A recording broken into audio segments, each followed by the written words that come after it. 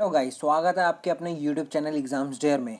और आज हम स्टार्ट करने जा रहे हैं फार्मास्यूटिकल ऑर्गेनिक केमिस्ट्री 1। इसका हमारा यूनिट 2 चल रहा था। यूनिट 2 में हमने एल्केन्स देख लिया था, एल्केन्स का इंट्रोडक्शन, हाइब्रिडाइजेशन इन एल्केन्स देख लिया था और उसकी जो फिजिकल प्रॉपर्टीज़ है वो भी हमने देख ली थी। और आज हम स्टार्ट करेंगे केमिकल प्रॉपर्टीज़ ऑफ एल्केन्स। इसमें हम देखेंगे हेलोजिनेशन ऑफ एल्केन्स और एल्केन्स की अदर रिएक्शंस कौन कौन सी होती है वो भी हम इसी में देख लेंगे। और इसमें हम देखेंगे यूजेज ऑफ पैराफिन्स, मतलब हम जो है हेलोजिनेशन और पैराफिन को आज कंप्लीट कर लेंगे। तो चलिए आइए स्टार्ट करते हैं।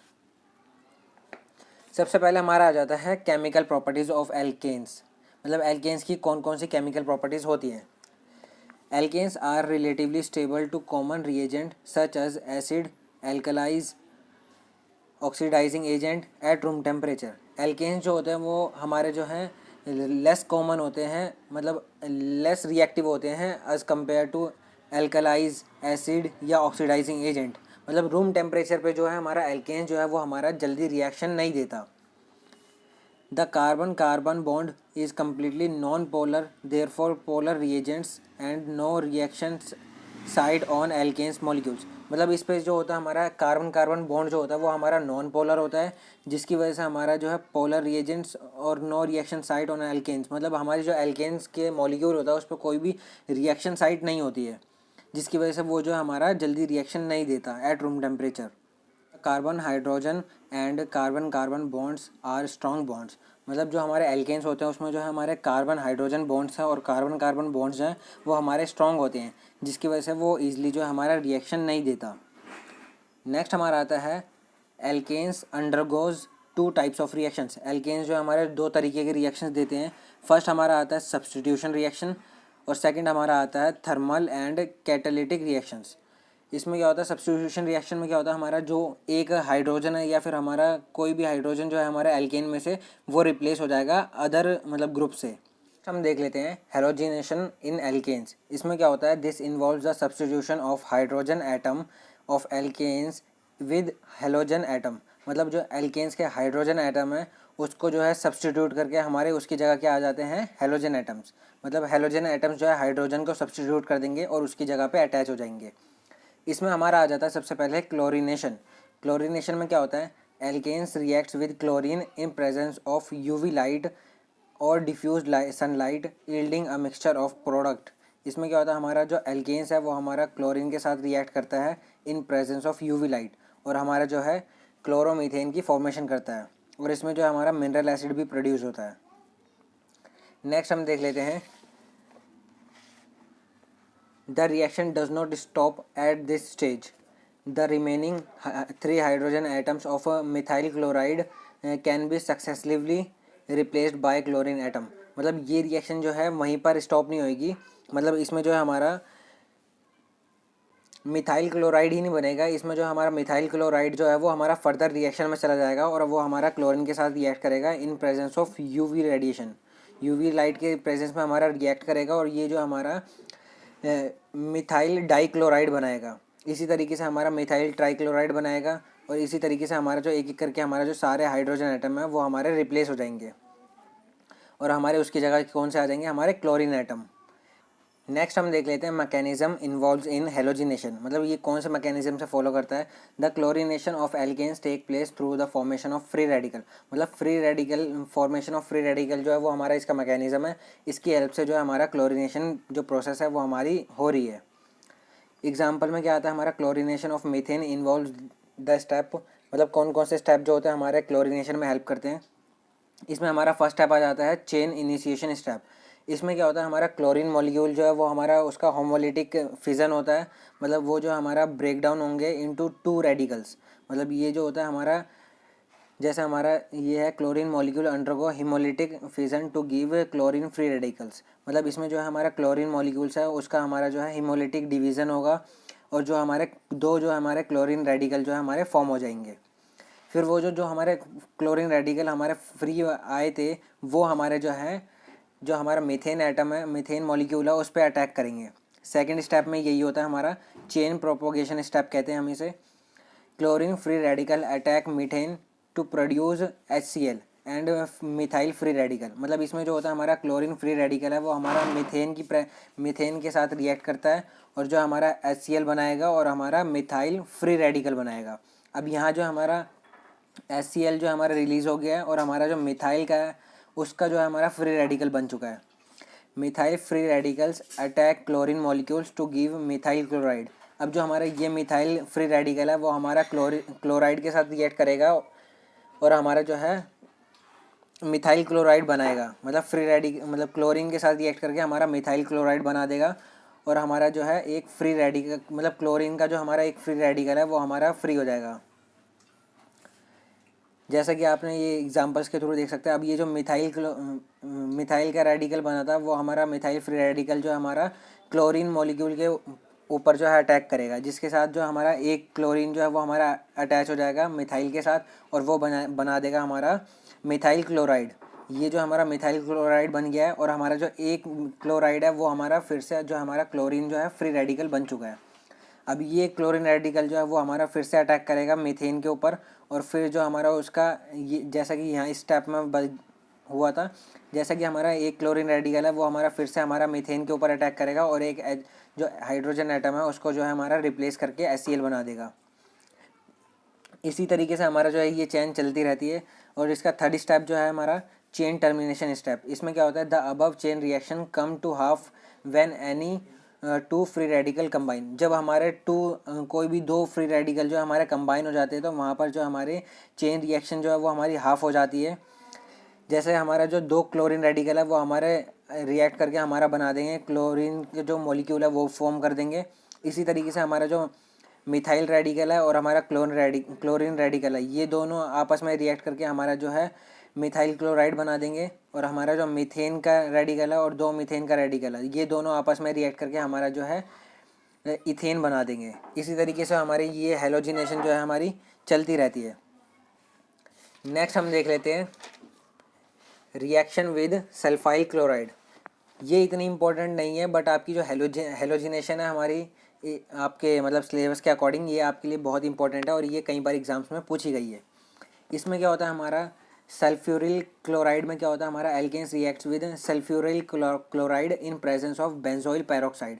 मतलब जो हमारा एल्केन्स है वो हमारा रिएक्ट करेगा सल्फ्यूरिल क्लोराइड के साथ बेंजाइल पैरोक्साइड की प्रेजेंस में and it gives alkyl chloride. मतलब इसमें जो होता है हमारा एल्काइल क्लोराइड जो हमारा वो प्रोडक्ट के लिए आता है हमारा, मतलब कोई भी हमारा जो एल्काइल है उसके साथ हमारा क्लोरीन ग्रुप अटैच हो जाएगा।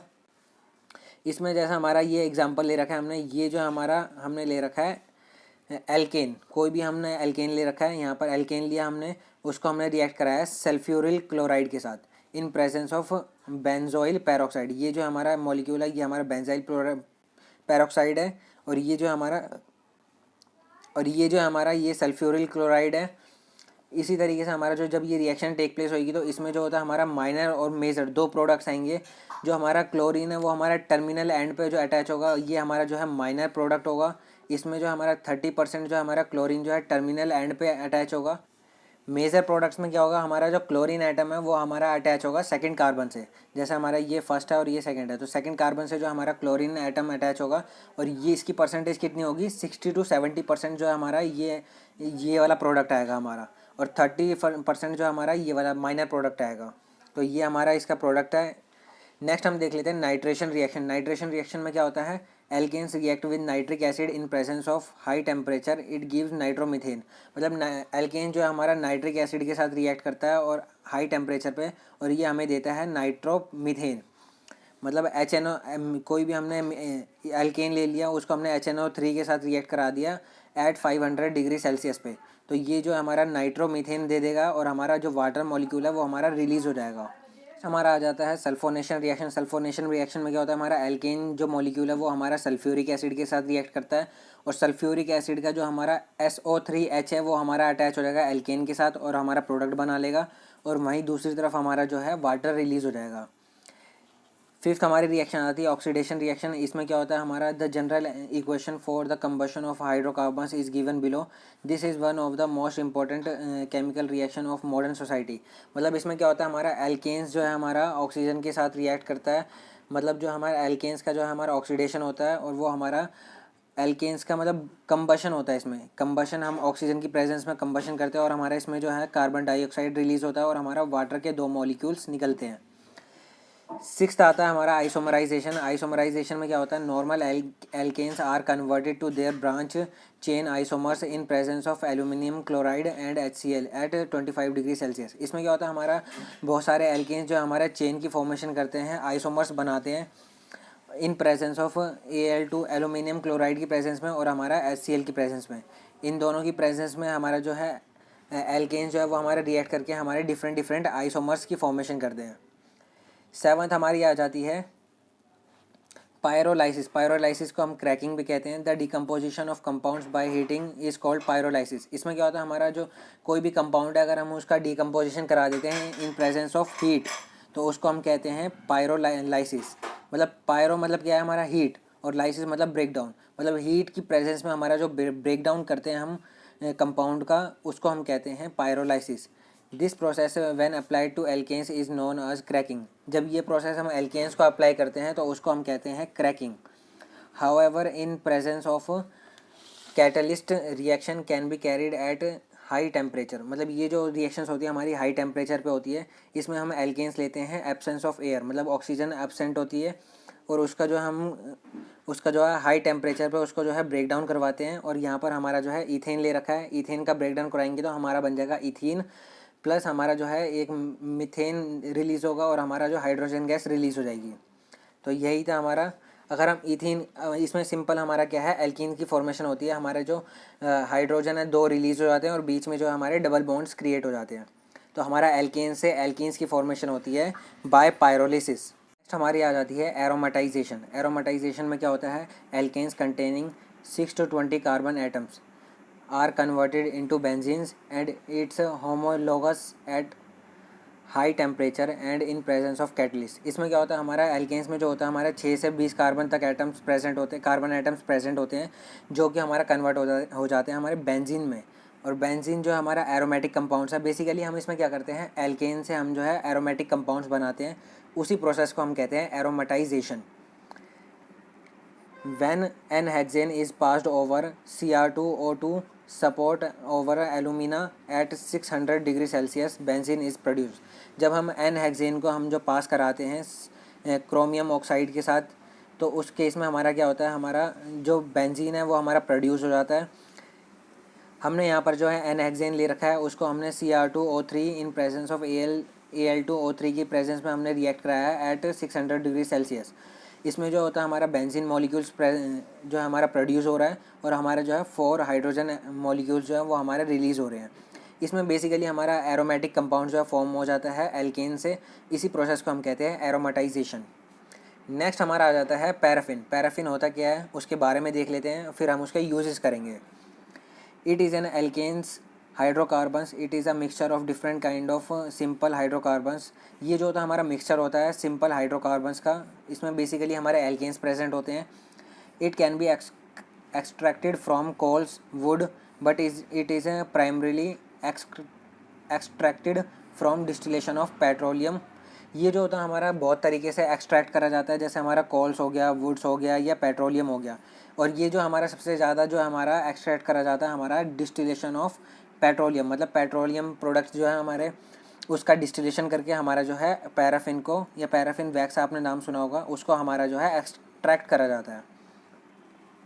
If it is solid then it is called paraffin wax. If it is liquid then it is called paraffin oil. अगर हमारा जो है ये सॉलिड होगा तो उसे हम पैराफिन वैक्स कहेंगे, और अगर हमारा ये जो है लिक्विड फॉर्म में प्रेजेंट है तो उसे हम पैराफिन ऑयल कहेंगे। नेक्स्ट हम देख लेते हैं यूजेस ऑफ पैराफिन। पैराफिन के यूज क्या हैं, it is use as fuel. ये जो हमारा फ्यूल की तरह यूज़ होता है, ल्यूब्रिकेंट की तरह यूज़ होता है। Liquid paraffin highly refined liquid minerals oils हैं, so it is commonly use to clean skin, constipation and eczema. मतलब ये जो होता है हमारा स्किन को क्लीन करने के लिए कॉन्स्टिपेशन में यूज़ होता है और हमारा एक्जाइमा में यूज़ होता है। It is also use in cosmetic preparation. ये जो होता है हमारा बहुत मतलब ज़्यादा मात्रा में जो हमारा कॉस्मेटिक प्रिपरेशन में यूज़ होता है। Petroleum jellies is use as tropical ointment for healing of chapped मतलब स्किन, मतलब इसमें क्या होता है हमारा पेट्रोलियम जेली जो होती है हमारी वो बहुत ही मतलब ट्रॉपिकली बहुत ज़्यादा यूज़ करी जाती है for healing as a ointment. मतलब जैसे हमारा जो है लिप्स जो है हमारे ड्राई हो जाते हैं तो उस केस में हमारा जो है जेलीज़ यूज़ करते हैं, हम पेट्रोलियम जेलीज़ यूज़ करते हैं। It is use as an ingredients of skin lotion, ये जो होता है हमारा स्किन लोशन में भी यूज़ होता है। It is useful for preparation of candle wax, हमारा जो कैंडल वैक्स होती है उसकी प्रिपरेशन में भी हेल्प करता है। It is use to tattoo artist to lubricate the area, tattoo artist में भी हमारा जो है ये यूज़ होता है, हमारा जो भी हमारा टैटूज़ बनाने से पहले हमारा जो एरिया होता है उसको लुब्रिकेट करने में ये हेल्प करता है। It is use as healing sources as an oil bath, मतलब ये जो होता है हमारा ऑयल बाथ के लिए भी हमारा जो यूज़ होता है ये बेसिकली हमारा हील प्रोसेस में यूज़ होता है, ल्यूब्रिकेशन में यूज़ होता है और हमारा जो है एज अ फ्यूल यूज़ होता है। तो इसी मतलब मेन यूज़ जो हमारा यही है और इसी के लिए हमारा जो है बहुत सारी जो है प्रोसेसेस में हमारा इसका यूज़ होता है। तो चलिए गाइस, इसी के साथ हमारा आज का लेक्चर जो है हमारा कंप्लीट हो चुका है। हमने आज केमिकल प्रॉपर्टीज़ ऑफ एल्केन्स देख लिए, पैराफिन वैक्स देख लिए और पैराफिन्स के यूजेस देख लिए। तो चलिए गाइज, मिलते हैं नेक्स्ट लेक्चर्स में। और जिन भी फ्रेंड्स को फार्मा से रिलेटेड नोट्स, प्रैक्टिकल फाइल्स या प्रीवियस ईयर सॉल्व पेपर चाहिए वो हमारे टेलीग्राम चैनल से आके फ्री ऑफ कॉस्ट डाउनलोड कर सकते हैं।